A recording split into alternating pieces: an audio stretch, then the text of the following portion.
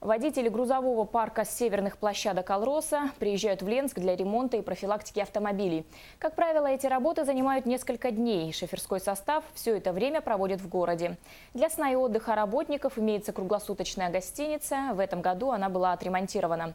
Елена Парыгина продолжит тему.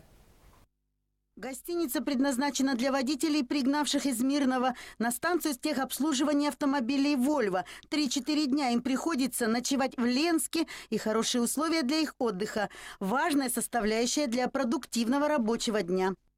Когда приезжают на станцию техобслуживания, они приезжают, машина стоит на станции техобслуживания, они отдыхают. Сами видите, какая красота. Я думаю, водители будут довольны. В спальне имеется все для удобства. Тумбочки под вещи, телевизор, туалетная комната. А это помещение выполняет функцию комнаты отдыха и, конечно, кухни. Здесь есть микроволновая печь, плита, чайник и холодильник, которые водители заполняют сами по своему вкусу.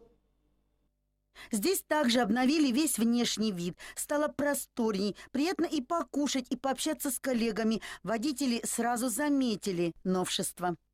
Двери поменяли, хорошие поставили. Да?